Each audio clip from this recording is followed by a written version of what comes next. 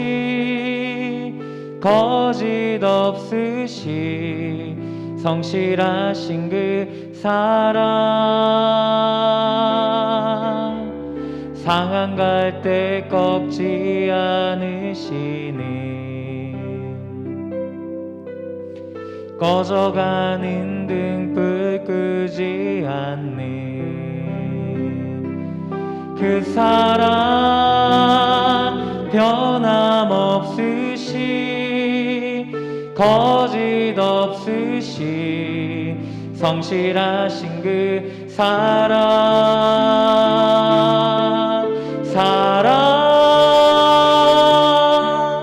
그 사랑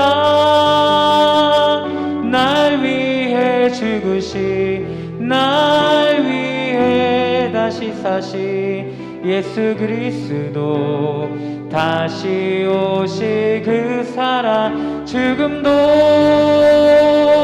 생명도 천사도 하늘의 어떤 권세도 끊을 수 없는 영원한 그 사랑 예수 아버지 사랑 내가 노래해 아버지 은혜 내가 노래해 그 사랑 변함없으시 거짓 없으시 성실하신 그 사랑 상한 갈 때 꺾지 않으시는 꺼져가는 등불 끄지 않는 그 사랑 변함없으시 거짓 없으시 성실하신 그 사랑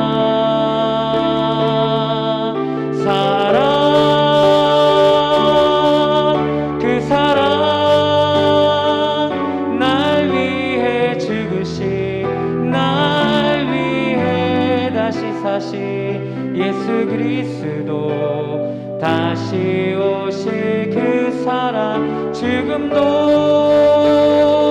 생명도 천사도 하늘의 어떤 권세도 끊을 수 없는 영원한 그 사랑 찬양합니다. 그 사랑 날 위해 죽으시 날 위해 다시 사시 예수 그리스도 다시 오실 그 사랑 죽음도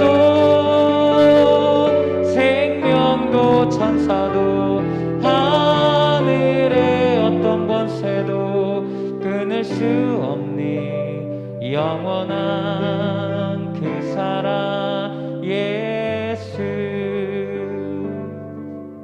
우리 함께 기도하며 나아가길 원합니다.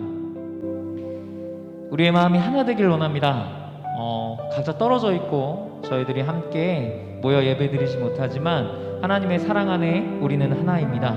우리 시간 함께 기도하며 나아갈 때 주님 우리 마음을 하나님 온전하게 붙들어 주시고 하나님 예배에 집중할 수 있도록 저희들을 인도하여 주시고 하나님 우리의 마음에 분주함이 있다면 그 분주함들 온전히 사라지고 오로지 주님의 말씀에 귀 기울일 수 있는 시간이 되게 해달라고 함께 기도드립니다. 사랑이 많으신 하나님 저희들 마음을 다하여 주님께 찬양할 수 있도록 인도하여 주시옵소서. 하나님 우리들 마음을 다하여 주님의 말씀에 집중할 수 있도록 하여 주시옵소서. 주님만 바라며 주님만 붙들며 온전히 나아갈 수 있는 저희들이 될 수 있도록 인도하여 주시고 하나님 예배에 집중하는 저희들 하나님 우리의 마음의 분주함들을 내려놓고 오로지 주님 앞에 간절함으로 예배 드릴 수 있는 우리 학생들이 될 수 있도록 저희들 붙들어 주시옵시고 인도하여 주시옵소서. 주님 앞으로 나아갑니다. 예배를 위하여 우리 소원 학생 기도해 주시겠습니다. 오늘도 좋은 날 주심을 감사드립니다.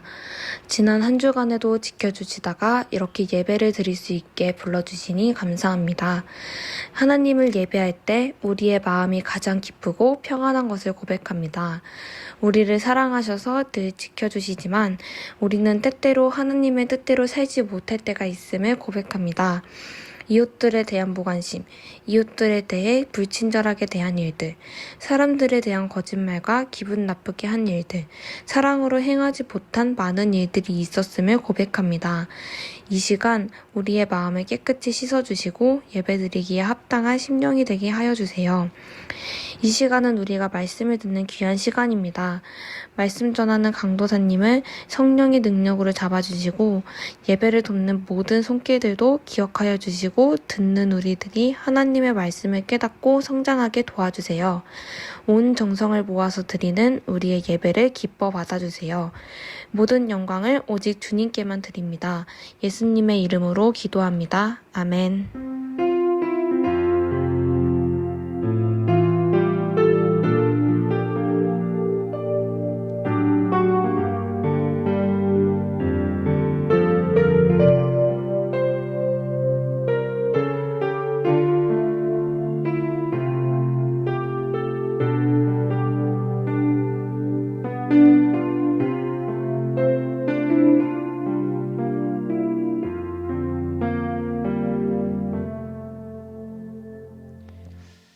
네, 반갑습니다. 소은이 목소리가 되게 아침에 들으니까 좋네요. 네. 아, 지금 많은 친구들이 접속해 있는 걸로 알고 있는데 저희들이 굉장히 노력을 많이 하고 있는데 장비나 그다음에 이런 문제들 때문에 원활히 예배가 진행되지 않는 점에 대해서 저희가 사과 말씀드리고요. 무엇보다도 저희들이 기도가 좀 부족했던 것 같아요. 그래서 저희들이 더 많이 기도하고 여러분들을 위해서 많이 노력할 테니까 여러분들도 예배에 집중해 주시고 혹시 지금 누워 있다면 일어나 앉아서 예배에 집중해 주시기 바랍니다. 안타깝게도 저희가 지금 인원이 뭐 1,500, 1,600 이렇게 지금 계속 나오고 있는 상황이어서 4단계가 2주 연장됐죠. 그래서 온라인 예배도 8월 8일까지 진행될 거고요. 선생님들이 여러분들한테 그 부족함 없도록 최대한 선생님들과 노력을 해서 여러분들이 예배에 집중할 수 있도록 그렇게 돕도록 할게요. 자, 그리고 아까도 지금 선생님이 이야기했지만 저희들의 기도가 너무 부족한 것 같습니다. 그래서 우리 친구들을 위해서도 함께 기도해 주시고 그리고 선생님들을 위해서도 그리고 무엇보다도 하나님께 드리는 이 예배가 온전한 예배가 될 수 있게 해달라고 함께 기도해 주셨으면 좋겠고요. 지금 저희가 청매를 구입해서 필요한 친구들하고 나누려고 하는데요. 혹시라도 선생님들한테 미처 얘기하지 못한 친구들이 있다면 이야기해 주시면 저희들이 청매를 구매해서 여러분들한테 전달하도록 하고요. 8월 7일부터 토용 성경 공부 모임을 하려고 하는데 현재 시간은 11시에 잡혀 있는데 학원을 가는 친구들이 있다 그래서 시간 조정을 좀 해보려고 해요. 그러니까 참석하고 싶은 친구들 원래는 다 참석을 해야 되는데 본인들이 참석을 원하는 친구들 그리고 되도록이면 참석했으면 좋겠는데 자기는 토요일 날 이 시간은 도저히 참석할 수 없다는 시간이 있다면 그 시간을 선생님들을 통해서 남겨주시면 저희가 최대한 조정을 해서 함께 하도록 하고요. 거리두기가 계속 되는 상황에서는 저희가 줌으로 진행할 거고요. 그렇지 않은 경우에는 모여서 할 수 있도록 하겠습니다. 그리고 선생님들이 지금 8월 10일이 우리 고3 친구들이 이제 수능까지 100일 남는 시간이어서 여러분들과 함께 모여서 함께 기도하고 찬양하고 싶은 마음이 있어서 준비를 하고 있는데 자, 요것도 이제 상황에 따라 좀 달라질 수가 있기 때문에 함께 기도해 주시고요. 고3 친구들이 지금 코로나 백신 주사를 맞고 있는 상황이에요. 그래서 우리 친구들 그 주사 맞고 건강하게 그래서 건강에 신경 쓰지 않고 공부에 매진할 수 있게 해달라고 함께 준비해 주시고요. 중고등부 연합 수련회는 저희가 8월 21일, 22일로 연기된 상태인데 저희들이 기도하고 있는 거는 웬만하면 같이 진행했으면 좋겠다라고 하는 마음을 가지고 지금 준비하고 있어요. 그래서 여러분들을 위한 수련회니까 선생님들도 선생님들이지만 여러분들이 더 함께 기도를 모아주셨으면 좋겠고요. 준비되고 있는 그 프로그램들 안에 사람의 생각으로 준비하지만 하나님이 관여해 주시고 하나님이 붙들어 주셔서 그 시간들을 통해서 여러분들 온전히 은혜 받고 여러분들에게 큰 힘이 될 수 있는 시간이 될 수 있게 해달라고 여러분들이 기도하고 준비해 주셨으면 좋겠습니다. 한 가지 부탁드리고 싶은 것은 온라인 예배를 드리다가 뭐 부족한 점이 있거나 만약에 만족스럽지 못한 점이 있다면 바로바로 채팅으로 남겨주시면 저희가 저기 할 거고요. 그리고 나중에 여러분들이 피드백으로 주시면 선생님들이 그거 가지고 어떻게 하면 여러분들한테 더 좋은 것들을 해줄 수 있는지 그렇게 의논하도록 하고요. 그 다음에 마지막으로 한 가지만 더 2부 시간에 저희들이 이제 뭐 어떤 프로그램들을 할 때 여러분들하고 얼굴을 보고 하는 게 아니기 때문에 굉장히 선생님들도 답답하고 힘든 점이 있거든요. 그러니까 여러분들이 목소리를 내기 힘들고 화면을 보여주기 힘든 상황이라면 채팅으로라도 여러분들 꼭 참여해 주셨으면 좋겠고요. 그래야 뭐가 잘못되고 뭐가 잘 되고 있는지를 파악할 수 있으니까 오늘은 좀 적극적으로 참여해 주시길 부탁드려요. 적극적으로 참여하지 않으시면 떼찌할 겁니다. 네, 감사드립니다.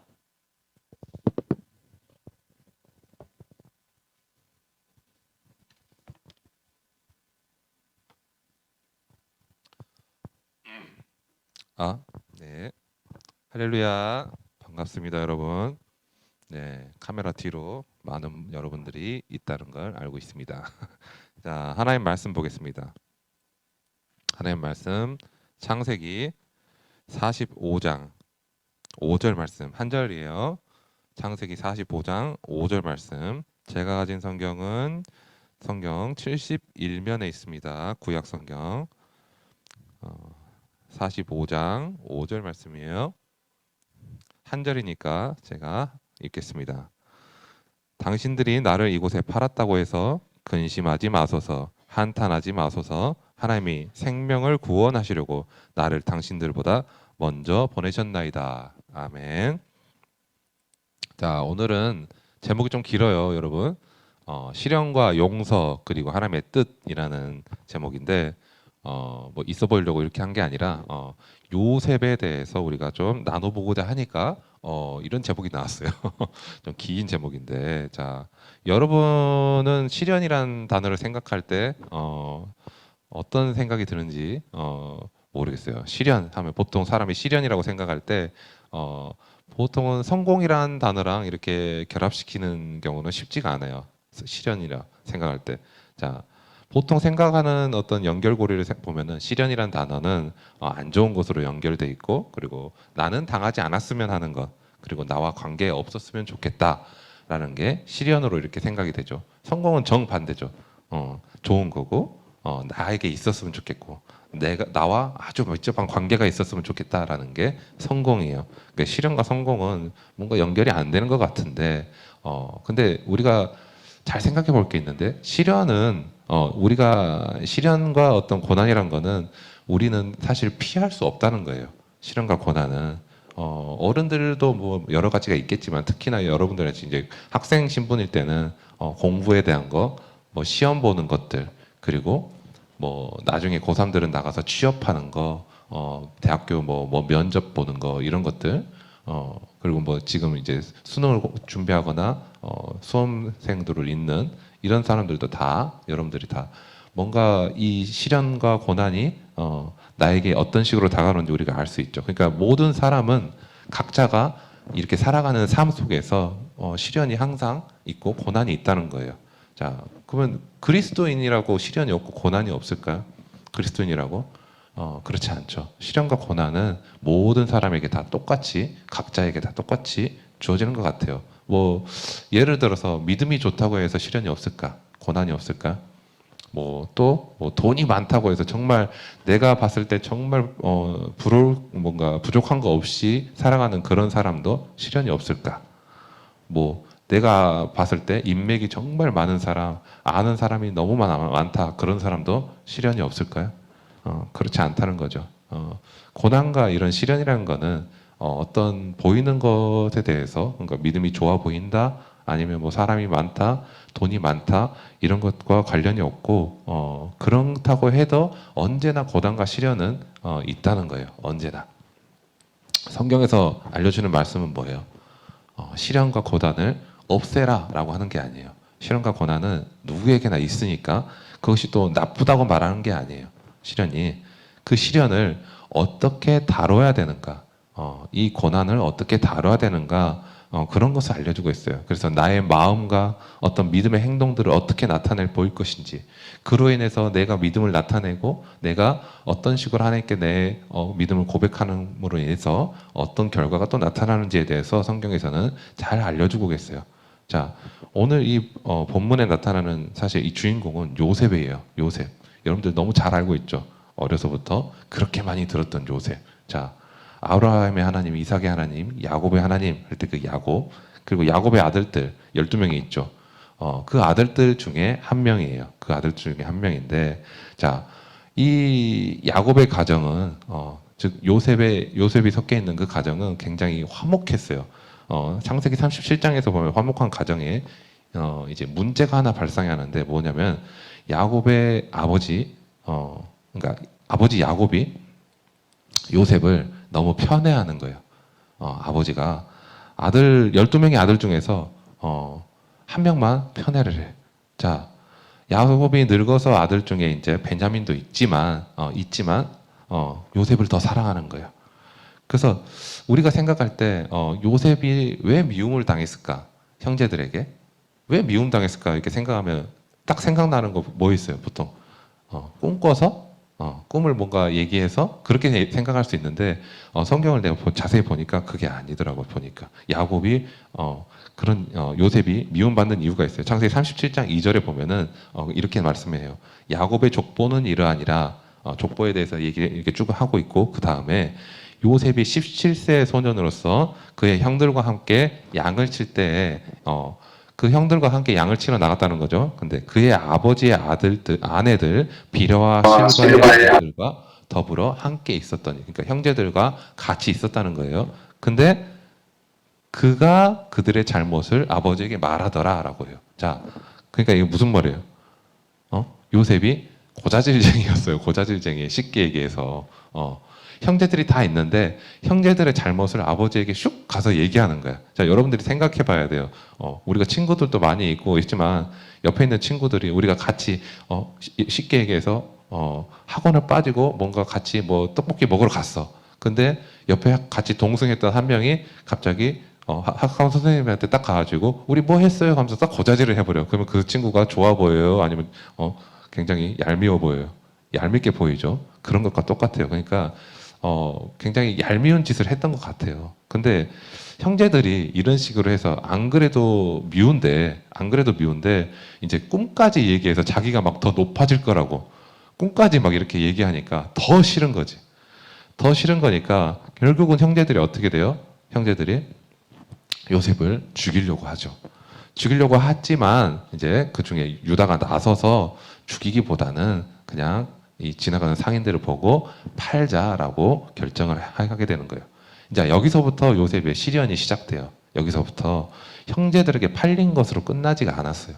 형제들 팔린 게 끝난 게 아니라 이제 애굽으로 팔려나간 그 집에 바로의 시위대장 보디발의 집으로 이제 팔려가게 되는데 거기에서 이제 노예 생활이 직접적으로 이제 시작이 되는 거죠. 근데 참 재밌는 게 하는 일마다 형통하게 됐다 그래요. 하는 일마다. 그러니까 지금 보디발 장군의 집에서 이 가정 총무로 이제 지내게 되는데 그때 하는 일이 다 형통하게 돼요. 자, 요셉이 여기서 보면 요셉이 성실해서 그랬을까요? 요셉이 충성해서 그랬을까요? 그런 것도 있죠. 나름 열심히 한 것도 있겠어요. 근데 중요한 건 뭐냐면 하나님께서 요셉과 함께 하셨기 때문에 그렇다라고 말씀에서 성경에서는 얘기하고 있어요. 즉 하나님이 함께 하셨기 때문에 그가 하는 일이 모두 다 형통했다라는 거예요. 자, 근데 그냥 이렇게 노예로서 성공할 수도 있잖아. 내가 노예로서 어느 일정한 위치까지 갔다라고 할 수 있는데, 근데 거기에서 시련이 더 가중되는 거예요. 뭐예요? 억울한 누명을 쓰게 되죠. 억울한 누명을 쓰게 돼요. 보디발의 아내가 유혹을 계속 하게 되니까 어떻게 돼? 결국에는 그 유혹을 뿌리치는 과정에서 옷이 벗겨지고 그 옷을 가지고 누명을 씌우게 돼요. 그 누명 씌움으로써 어떻게 돼요? 이제 감옥에 가게 되죠. 감옥에 가게 돼요. 안 그래도 억울한데 형제들이 팔려가지고 노예 생활을 하고 그것도 억울한데 누명 써서 어떻게 돼? 감옥까지 가게 돼. 자, 상황이 점점 안 좋아져. 상황이 분명 꿈꾼 걸로는 내가 높아질 것 같았는데 상황이 점점 안 좋아져요. 자, 죄수로 이제 복역을 하게 돼요. 죄수로 복역하는데 거기서 말씀 중에 또 뭐라 그래요? 하나님께서 요셉과 함께 하셨기 때문에 또 형통하더라라고 또 나와요. 자, 이제 감옥 관리자 위치까지 가버려요. 감옥에서 전에는 한 가정에 노예로 있었다가 가정 총무로 이렇게 올라가게 되는데 이제 감옥에 들어갔는데 감옥의 관리자 역할까지 가버려요. 자, 근데 여러분들 생각해봐야 돼. 그냥 거기에서 내가 감옥 관리자 위치까지 가니까 진짜 형통한가 보다라고 생각할 수 있어요. 근데 여전히 그의 신분은 뭐예요? 죄수예요. 그의 신분은 여전히 죄수인데, 자, 그 시련이 있단 말이에요. 어쨌든 그 관리자로 있지만 여전히 죄수의 신분이에요. 근데 갑자기 기회가 찾아왔어요. 갑자기. 자, 진짜 하나님의 절묘한 섭리를 우리가 여기서 볼 수 있어요. 모든 일에는 우리가 그러니까 하나님의 섭리가 있다는 것을 우리가 여러분들 삶 속에서도 그렇게 우리가 생각을 해봤으면 좋겠어요. 자, 뭐냐면 40장에 나타나는데 40장에 술 맡은 관원장과 떡 맡은 관원장이 이제 들어와요. 갑자기 기회가 찾아온 거예요. 자, 이 술 맡은 관원장과 떡 맡은 관원장이 이제 꿈을 꾸게 되는데 그 꿈을 해석해 주죠. 무슨 꿈이에요? 포도나무, 이제 술 맡은 관원장은 포도나무가 이제 맺힌 꿈인데 새 가지가 있고 그 가지에 꽃이 피고 나중에 포도송이가 있고 자기 손으로 바로에게 왕에게 이제 잔을 이렇게 받았다라는 그런 꿈을 꾸게 돼요. 그 꿈을 꾸게 되고 이제 자기는 이제 복귀한다라는 해석을 받게 되고, 떡 맡은 관원장은 어떻게 돼요? 새 광주라가 있는데 내 머리에 있고 그것을 이제 바로에게 구운 것들이 있는데 그 새가 와서 먹더라. 이제 사람이 먹은 게 아니라 새가 와서 그것을 떡을 먹더라라는 꿈을 꾸게 되고, 이제 그 떡 맡은 관원장은 참수를 당하게 돼요. 이런 이제 어떻게 보면 기회가 찾아왔는데, 근데 그 이제 그러고 나서 이제 술 맡은 관원장이 복귀를 하게 된단 말이에요. 자기 원래 직분으로 복귀를 하게 되는데, 그때 요셉이 가서 이제 약속을 해달라 그러죠. 나를 기억해 달라라고 술 맡은 관원장에게 나를 기억해 달라고 약속을 하게 되는데, 근데 관원장이 잊어버려요. 술 맡은 관원장이 잊어버려요. 그것이 세월이 어느 정도 지났는지 모르겠지만 어느 정도 지난 다음에 바로가 이제 우리가 잘 알고 있는 그 꿈을 꾸게 되죠. 7마리 파리한 소가 나오고 이제 살찐 소가 나오는데, 파리한 소가 살찐 소를 잡아먹었다. 그리고 또 안 좋은 이삭이 있는데 좋은 이삭, 풍성한 이삭이 있는데 안 좋은 이삭이 풍성한 이삭을 잡아먹었다 해서 그 두 가지 꿈을 꾸고, 그러고 나서 그 해석을 해주죠.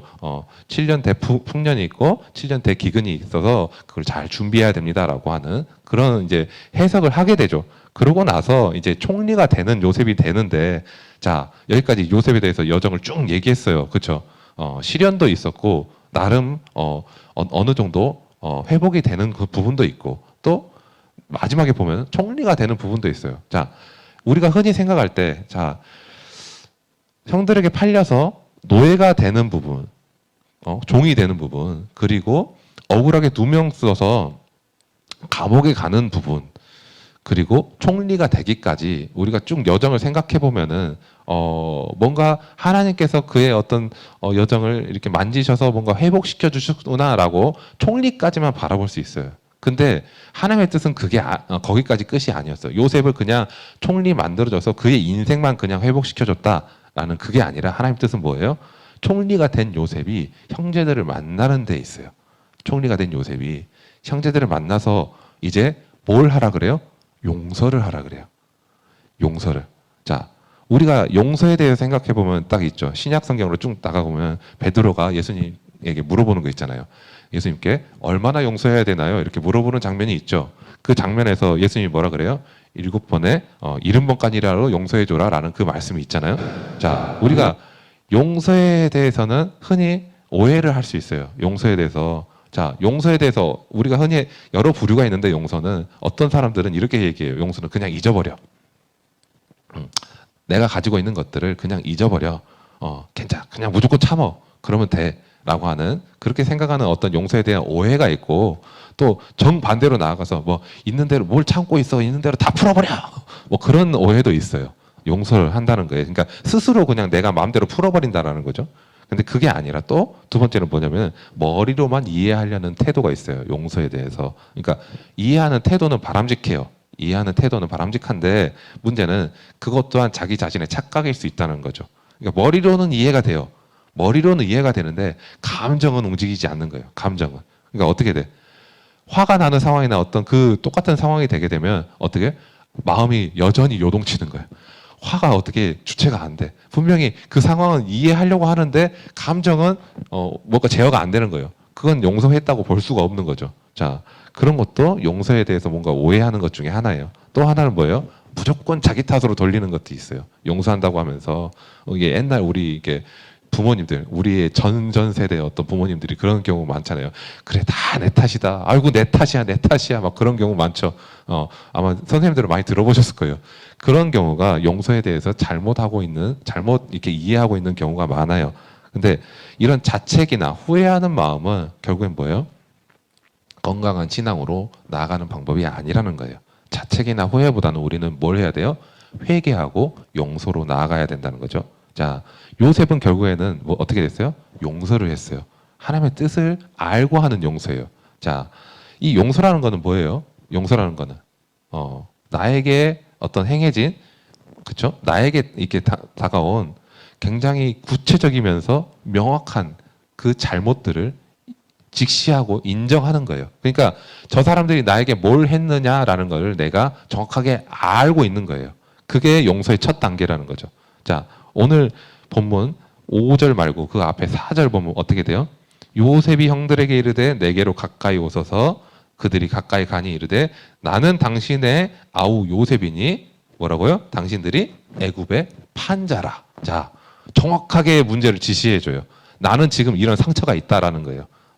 내가 지금 이렇게 당신들에게 상처받은 그 사람이다라는 거를 정확하게 문제를 얘기해 주는 거죠.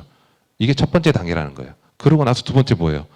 나에게 가해진 이런 고통, 그런 것을 이제 정확히 바라보는 거죠. 45장 1, 2절을 보면 이렇게 나와요. 요셉이 시종하는 자들 앞에서 그 정을 억제하지 못하여 소리를 질러 모든 사람을 자기에게서 물러가라 하고 그 형제들에게 자기를 알리니 그때 그와 함께한 다른 사람이 없었더라. 요셉이 큰 소리로 우니 애굽 사람에게 들리며 바로의 궁중에 들리더라라고 하죠. 자, 그러니까 자기에게 이렇게 행해졌던 모욕과 거부와 이런, 그러니까 굉장히 불공평함과 그런 모든 안 좋은 것들, 이런 것들을 다시 확인하는 거예요. 다시 그 감정을 끄집어내서 다 이제 내놓는 거죠.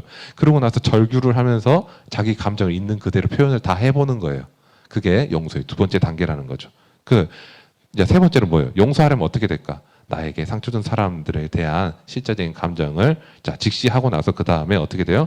그 사람들에 있는 나의 마음들을 다 이렇게 내비치고 부정하지 않고 다 인정해야 돼요. 내 안에 이런 감정이 있구나라는 거를. 그리고 나서 뭘 바라봐야 돼요? 그냥 상대방에게 너가 나한테 이렇게 했다고 하면서 이렇게 감정 다 쏟아내고 끝일까? 그러면 나는 개운할 수 있죠. 나는 개운할 수 있어요. 근데 거기서 끝나는 게 아니에요. 그러니까 세상 방법은 사실 거기서 끝나는 경우가 많아요. 우리가 옛날에 TV 보면 우리 아이가 달라졌어요나 뭐 우리 가족이 달라졌어요라는 프로그램이 옛날에 있었던 것 같은데 거기서 보면 어떻게 해요? 막 이렇게 앞에 2명 앉혀놓고 상처받은 사람과 어떤 대역을 앉혀놓죠. 대역을 앉혀놓고 이제 상처받은 사람이 상대 대역에게 너가 저번에 나한테 이렇게 했잖아 라면서 막 이렇게 쏟아붓는 장면들이 있잖아요. 그런 장면으로 이렇게 그냥 끝나게 되면은 그냥 거기서 끝이에요, 사실은. 그냥 또 그 사건이 일어난다면은 다시 내 감정이 요동칠 수 있고 다시 나는 그 상처를 또 받을 수 있어요. 근데 거기서 끝난 게 아니라 어떻게 될까? 한 발은 더 나아가서 우리는 누구를 바라봐야 돼요? 우리 주님을 바라봐야 돼요. 십자가 앞으로 우리가 나아가야 돼요. 자, 앞에서 막 심리치료하고 뭐 한다고 해서 결국 다시 우리가 되돌아갈 수 있어요, 사람은. 근데 우리는 십자가 앞으로 나아가서 어떻게 해야 돼요? 그 앞에 우리의 모든 것을 다 내어놔야 돼요. 십자가 앞에서. 자, 십자가란 무엇일까요, 여러분? 십자가란 뭘까? 자, 그러니까 십자가란 것은 이렇게 어떤 분이 이렇게 표현을 했더라고요. 그러니까 전혀 사랑스럽지 않은 사람이에요.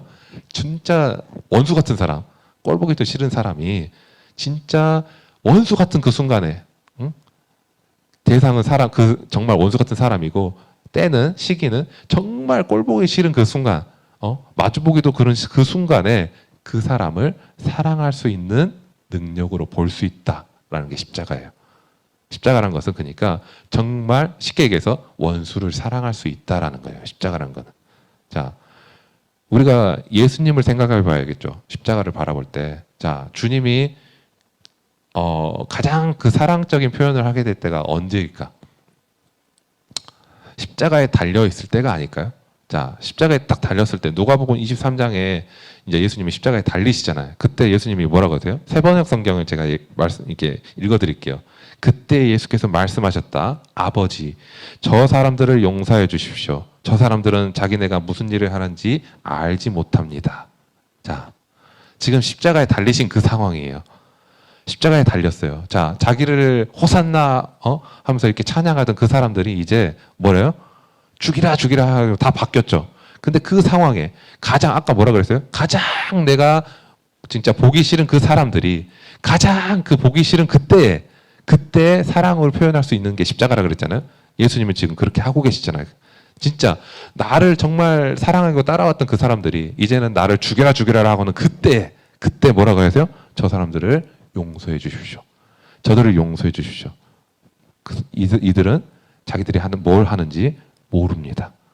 자, 그게 사랑이에요. 십자가 사랑. 자, 이게 무슨 말이냐면 오늘 여기서 요셉이죠.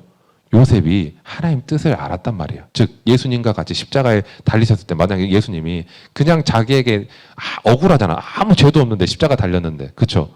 근데 그 인간적인 감정으로 본 게 아니라 요셉이 하나님 뜻을 알았단 말이에요. 하나님 뜻을 알아서 그 뜻을 알았기 때문에 이제 형제들을 용서하고 그 하나님의 크신 뜻을 알아서 이제 그것을 얘기해 준단 말이에요. 그게 오늘 5절 본문이에요. 그게 5절 본문. 자, 5절 본문 한번 보세요. 뭐라고요?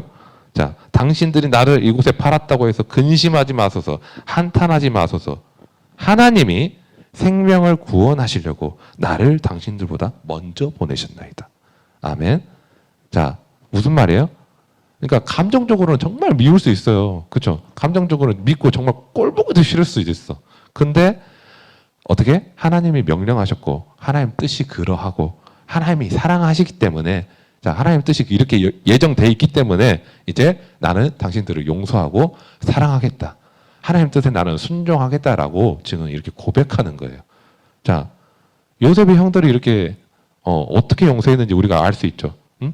그 자기에게 행해진 그 고난들 여러분들이 쉽게 생각해 보세요. 형제가 나를 팔아서 나는 지금 알지도 못하는 나라, 그러니까 저 먼 나라에 진짜 노예로 팔렸단 말이에요. 그거 용서할 사람이 있을까? 그것만 해도 용서가 안 되는 일이야, 사실은. 근데 거기에서 내가 겪은 일들, 노예로 팔려가지고 거기서 또 억울하게 누명 써서 감옥까지 가가지고 또 그 긴 세월을 이렇게 지냈던 그것들을 생각하면 진짜로 보통 사람 같으면은 막 진짜 막 치가 떨리고 막 진짜 이가 막 뿌득뿌득 갈리고 그냥 생각도 거기 하기 싫고 뭐 그럴 거예요. 근데 뭐라 그래요? 근심하지 마소서, 한탄하지 마소서. 뭐라고? 하나님이 생명을 구원하시려고 나를 당신들보다 먼저 보내셨다. 와, 이런 고백 우리가 할 수 있을까요? 이런 고백? 자, 이 요셉이 일어났던 일이죠. 그러니까 이 감정들이 없어지는 게 아니에요, 요셉이. 이 감정이 싹 없어졌다라는 게 아니에요. 분명히 일어났던 사건이에요. 힘들지 않았다고 하는 게 아니에요, 요셉이. 없던 일로 치자라고 한 것도 아니야. 자, 모든 걸 다 얘기하고 있잖아요. 지금 1절부터 5절까지 보면은 자기에게 행해졌던 일들 그런 것도 다 얘기해요. 다 알아요. 자기 감정도 다 고백해요. 내가 이렇게 이런다라고 고백해요. 근데 마지막에 뭐라 그래요? 그 모든 여정 속에 하나님의 섭리가 있었고 하나님의 크신 뜻이 있었더라라고 인정하게 되는 거예요. 그래서 7절부터 8절 한번 뒤에 보면 뭐라고 나와요? 하나님이 큰 구원으로 당신들의 생명을 보존하고 당신들의 후손을 세상에 두시려고 나를 당신들보다 먼저 보내셨나니 그런즉 나를 이리로 보낸 이는 당신들이 아니요 하나님이시라. 하나님이 나를 바로에게 아버지로 삼으시고 그 온 집의 주로 삼으시며 애굽 온 땅의 통치자로 삼으셨나이다. 아멘. 자, 이렇게 하나님 만나고 그렇죠. 그러니까 뭐라 그래요? 이 모든 것은 큰 구원의 여정 속에 들어가 있고 하나님의 섭리다. 하나님께서 구원을 하시기 위해서 나를 먼저 보내셨는데 그 과정 중에 내가 조금 힘들었다라는 거예요. 그 과정 중에. 그래서 그 당신들이 나를 보낸 게 아니라 하나님이 당신들을 사용해서 보낸 거다라고 모든 것을 다 하나님의 손으로 본 거예요.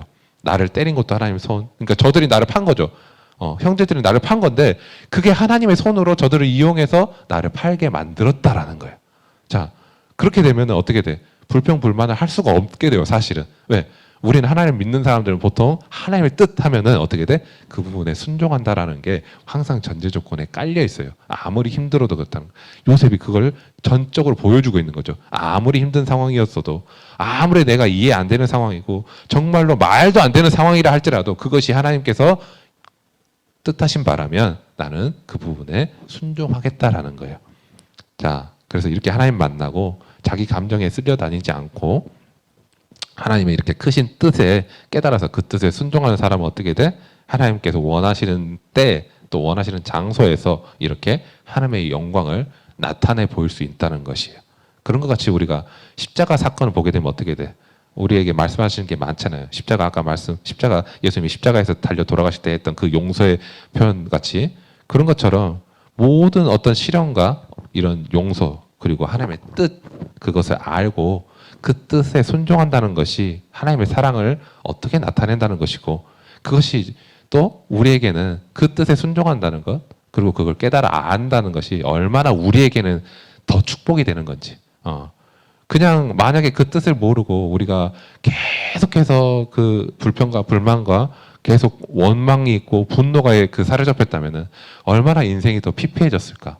그런 것을 우리가 바라봤을 때 정말로 주님이 우리에게 주신 그 십자가 사랑을 우리가 다시 한번 생각하면서 주님이 보여줬던 그 용서와 그 사랑을 다시 한번 바라보면서 우리에게 그 길을 가라고 하실 때 우리 또한 어떤 식으로 십자가의 사랑을 표현해야 되는지 다시 한번 우리가 생각하면서 정말로 그 크신 은혜를 받은 우리가 어떤 식으로 그리스도인으로서 살아가야 되는지 오늘 요셉의 이 여정과 또 예수님의 그 십자가 사건을 기억하면서 다시금 우리가 올바른 신앙의 모습으로 회복되는 그런 우리 고등부가 됐으면 좋겠습니다.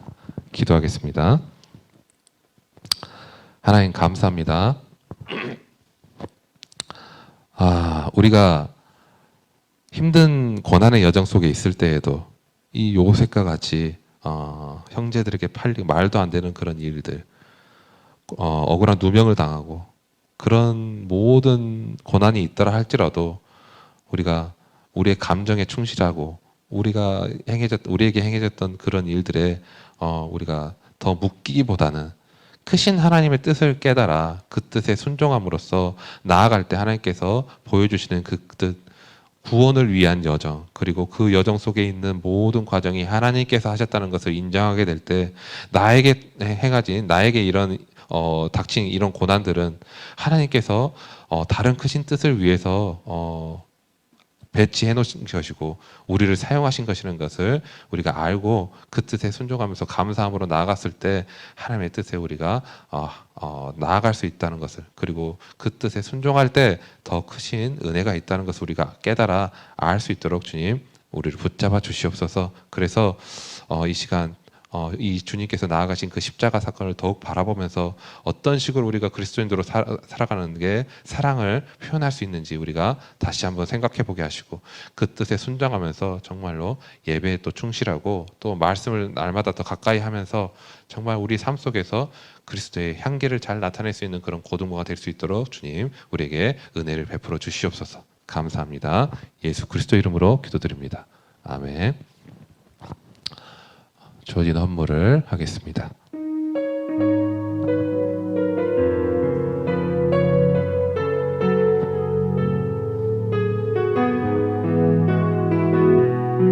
이 세상을 살아가는 동안에 이 세상을 살아가는 동안에 나의 힘을 의지할 수 없으니 기도하고 낙심하지 말 것은 주께서 참 소망이 되심이라. 하나님의 꿈이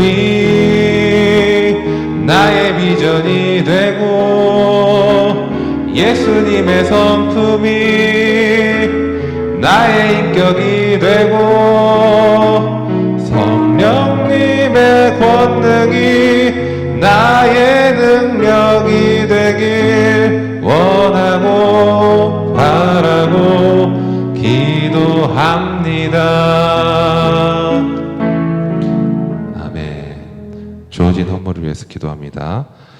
하나님 감사합니다. 우리가 이렇게 주님 앞에 나옴이 얼마나 큰 은혜인지 모릅니다. 하나님, 우리가 각자 있는 이 자리에서 영상으로 예배를 드리든지 나와서 주님 앞에 이렇게 현장에서 예배를 드리든지 정말로 온 마음과 정성을 다해서 주님 앞에 상달되는 그런 예배를 드릴 수 있도록 저희의 마음과 저희의 행동을 붙잡아 주시옵소서. 그래서 주님께서 기뻐하시는 예배가 되며 그 예배 가운데 주님께서 주시는 그 은혜가 충만하도록 주님여 역사하여 주시옵소서. 그 예배를 위해서 주님 감사함의 헌물을 드립니다. 이 헌물이 주님 나라를 위해서 귀히 쓰이게 하시고 이 쓰이는 헌물로 인해서 주님의 영광이 나타날 수 있도록 주님여 저희의 모든 삶 가운데서 붙잡아 주시옵소서. 감사합니다. 예수 그리스도 이름으로 기도드립니다. 아멘. 주기도문으로 예배를 마칩니다. 하늘에 계신 우리 아버지, 아버지의 이름을 거룩하게 하시며 아버지의 나라가 오게 하시며 아버지의 뜻이 하늘에서와 같이 땅에서도 이루어지게 하소서. 오늘 우리에게 일용할 양식을 주시고 우리가 우리에게 잘못한 사람을 용서하여 준 것 같이 우리 죄를 용서해 주시고 우리를 시험에 빠지지 않게 하시고 악에서 구하소서. 나라와 권능과 영광이 영원히 아버지의 것입니다. 아멘.